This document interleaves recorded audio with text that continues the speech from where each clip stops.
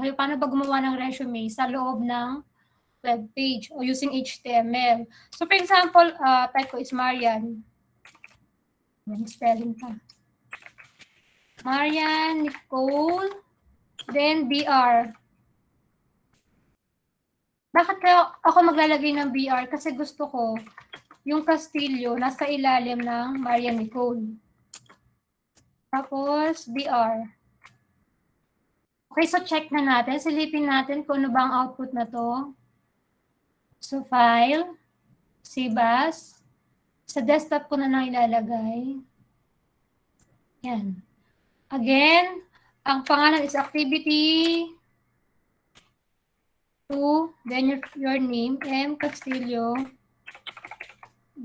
.html. Save.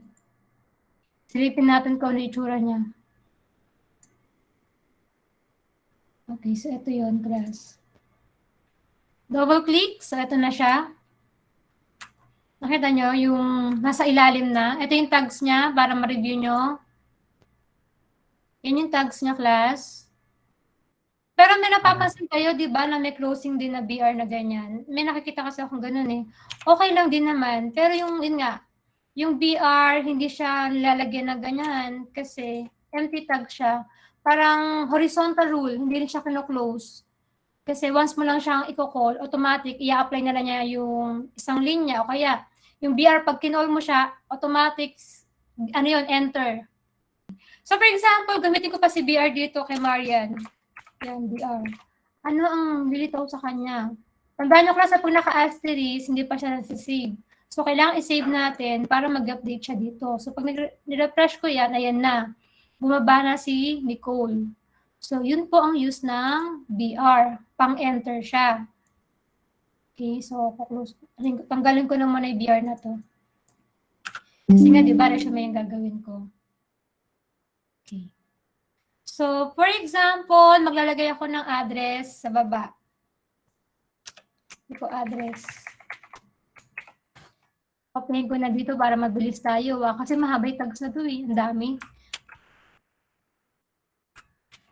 Then after ng address, yung class yung etong part na to, panghati yan. Makikita nyo yan sa keyboard na merong slash. Pag sinip nyo, tapos kinlik nyo yung slash, yan yung lilitaw dyan. Kasi hinahanap sa akin estudyante ko dati yan, ma'am, saan ba nakikita yung ito? Paano nyo na ipasok yun? Nandun lang yung sa keyboard nyo. Ewan ko lang sa cellphone kung may ganyan din. Sa phone. So, for example, cellphone number ko. Siyempre, hindi ko bibigay yung cellphone number ko. Yan. Then, for example, FB. Yung FB bibigay ko talaga kasi alam niyo naman ang FB ko kung ano eh. For example, yan. So, save natin. File, save. Ito siya. Eh, di ba si resume, ini-emphasize natin yung ito, yung pangalan nyo, then dapat si address maliit lang. So, mag-a-apply na naman tayo ng font size. So, mag-apply tayo ng font size dito. Pero bago yon, magpapasok muna ako ng background color saka background text para mas maganda.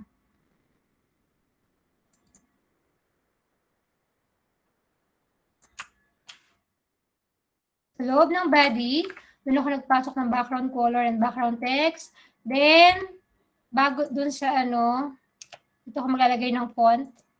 Ika-copy paste ko na ng class ha. Kasi di ba alam niyo naman na gamitin si font? Yan. So, nagpasok ako ng font size na 10 inches. Yung font face niya is Arial Black. Sa mga nagtatanong na estudyante ko na ang gamit is tablet, ma'am, bakit po ganun? Sa tablet, di po gumagana yung mga font face na pinaggagawa namin. Pero class, pag sinave nyo na yan, naka-HTML, dito ko siya nirun sa desktop ko, magra-run ng maayos yan. Yan kasing tablet nyo, may restriction. Saka hindi rin syempre naka-install siguro yung font face na ginagamit nyo. Kaya siya nag-error. So-close ko na syempre dito. Close ko yung font. Parang spelling. Then, nag-open ako ng another font dito, class. Bakit? Kasi nga, di ba, gusto ko ibang font yung address.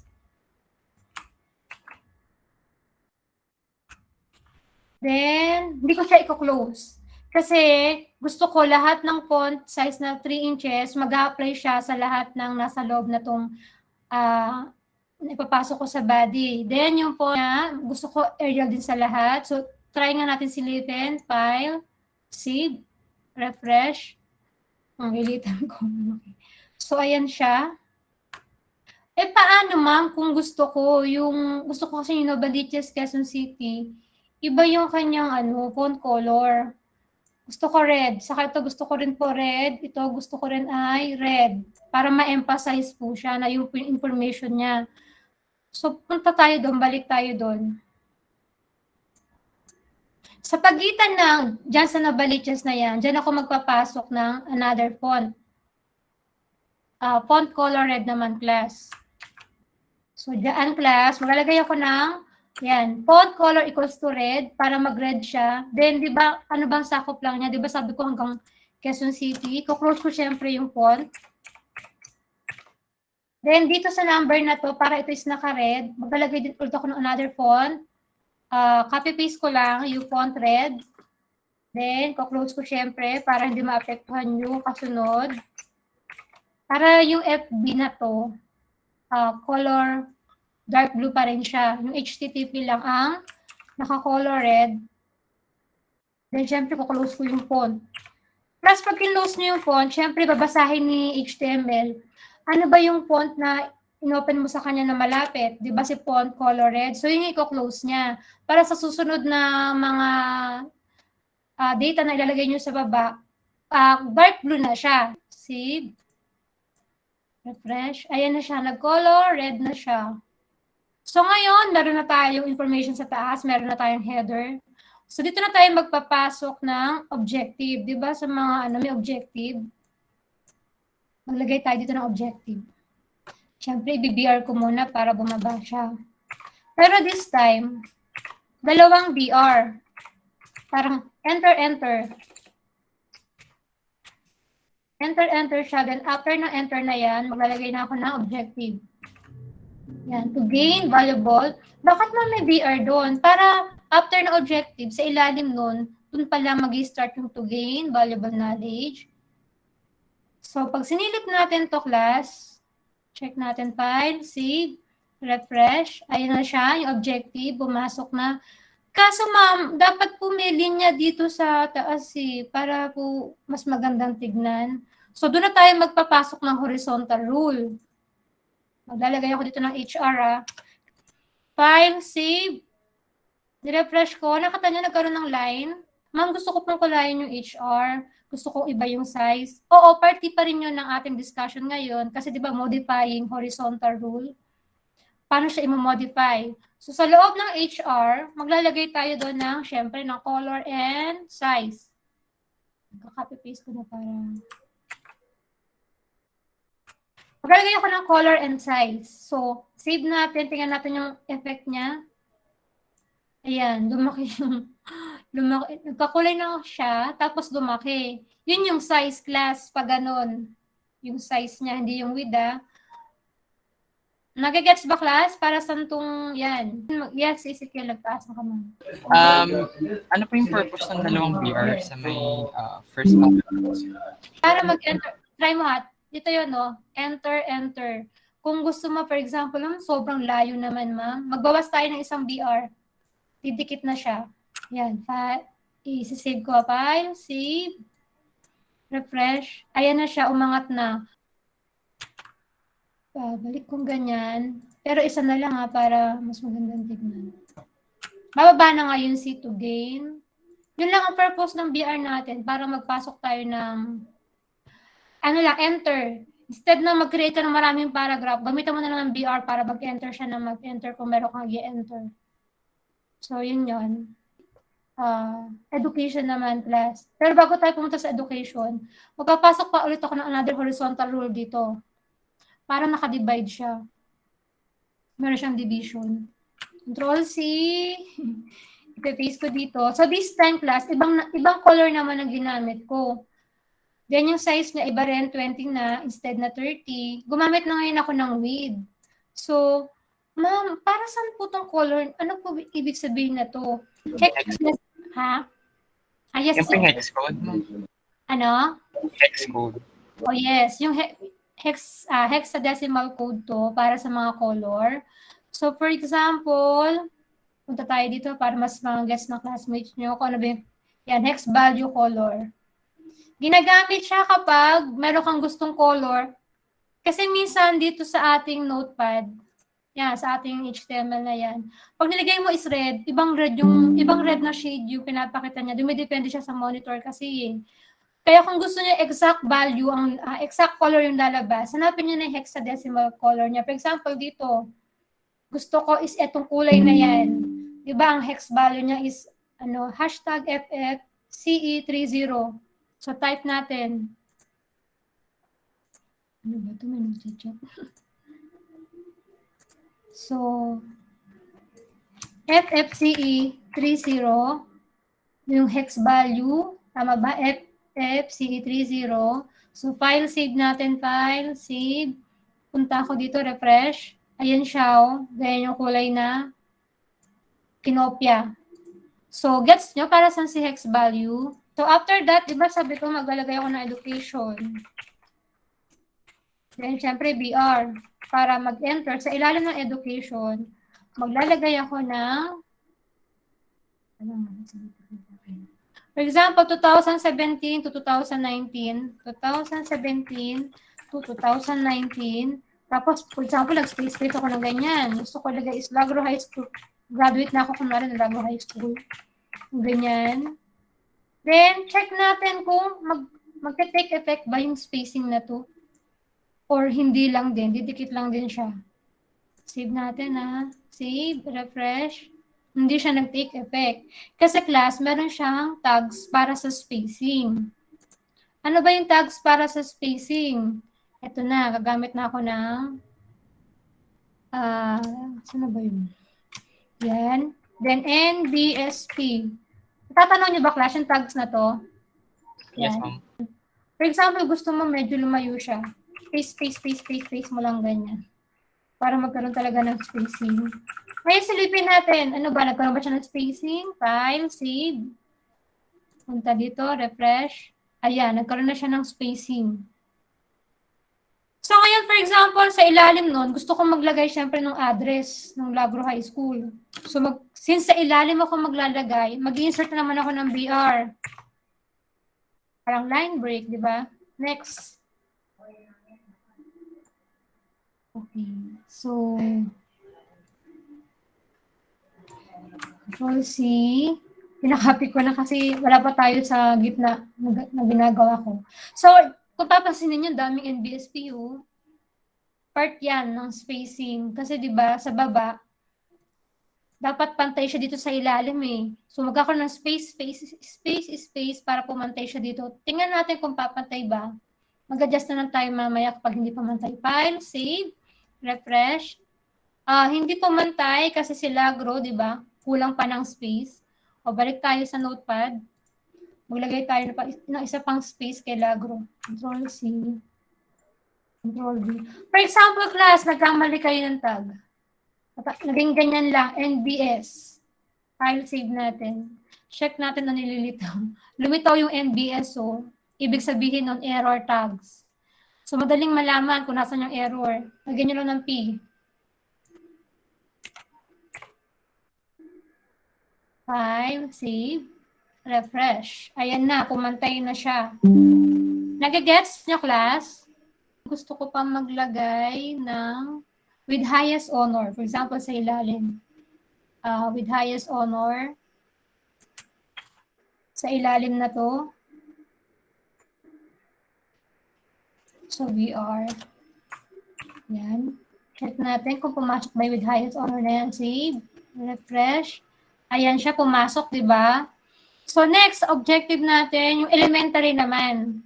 For example, 2011 to 2011 to 2016, graduate na kayo ng elementary. Teka lang, class ha. So, mag-add ako ng BR dito. Dalawang BR, para sabihin, dalawang enter, para may spacing. Dalawang BR. Then after that, kakopy-paste ko na to, class. Asan na ba yun? Sakit sa mata. O, yan. Ito yung in-add ko 2011, 2016. Add pa ulit ako klase. Di ba naintindihan niyo naman? Yung spacing, yung VR. Kasi syempre, paglabas ng 2011, 2016, magkakaroon siya ng spacing. Lalabas yung Lagro Elementary School. After ng address, yung honor na na-receive niya.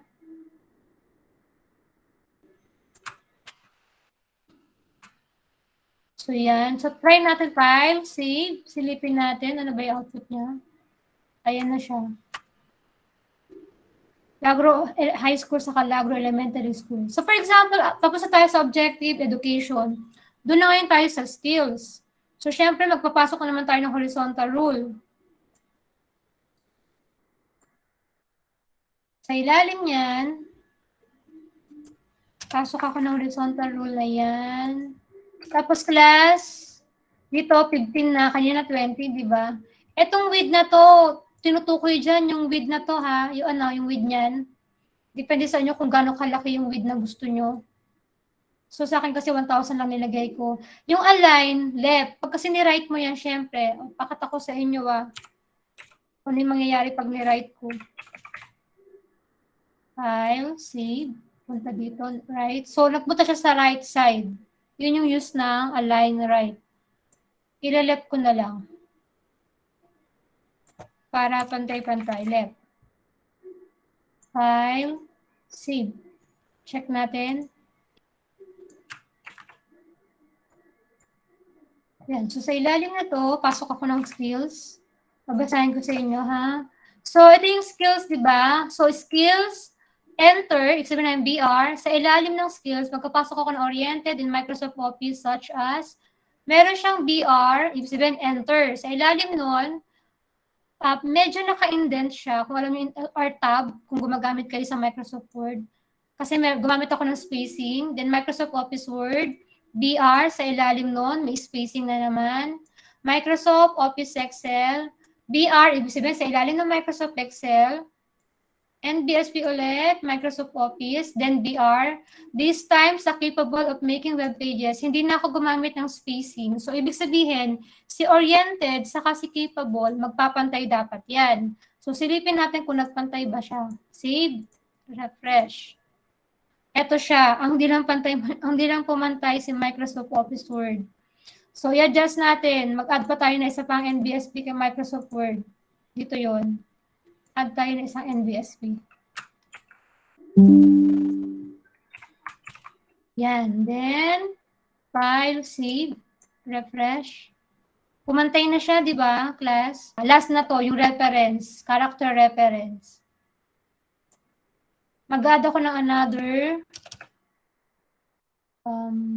Actually, class, may shortcut talaga para sa mga spacing na yan. Eh, syempre, wag mo na shortcut. Ito munang NBSP para malaman nyo kung nagbasa na kayo ng mga tags. Alam nyo para saan si end NBSP. So, nag-adult ako ng HR para doon na tayo sa reference. Itong reference. So, yung reference ko ilan? 1, si Ma'am Don. 2, si Ma'am Ana. Pangatlo si Sir Card. Pang-apat si Sir Pable. Pang-5 si Ma'am Valerie. Pang-6 si Sir Stephen. So, si Ma'am Don, diba, reference, BR. Ibig sabihin, sa ilalim ng reference, nilagay ko si Ma'am Don, nagkaroon ng spacing, then yung position niya, public school teacher, LHS, spacing, then yung contact number, plus BR. Ibig sabihin, sa ilalim ng pangalan ni Ma'am Don, nandun si Ma'am Annalisa. Same din, spacing, tapos public school teacher, LHS. Spacing, yung contact number naman ni Ma'am Ana. Hanggang matapos ako doon kay Sir Stephen. So, silipin natin ano ba yung output niya. Save, refresh. Ito siya, class. Hindi kasi magpantay-pantay. So, ngayon, try natin pantayin. Yung kay Ma'am doon, siguro mag-add tayo ng isang spacing.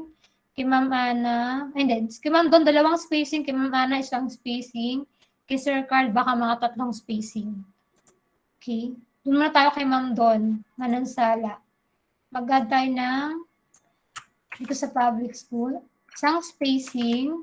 Dito kay Ma'am Ana, Dalawang spacing, kisser card, ito yung kisser card, tatlong spacing. Ngayon, save natin. Save. Refresh. Yun lang, di pa rin pumantay yung kay ma'am doon. Pero yung kay ma'am Marasaka Sir Carl, medyo. Mahirap kasi pantayin class eh. Pero kayo, kung for example, na-stress na kayo, ma'am, maghirap naman kasi pantayin. Okay lang class, basta kahit mga ganyan na kalayo, pwede na yun. Ayun class. So, yun yung activity nyo for today.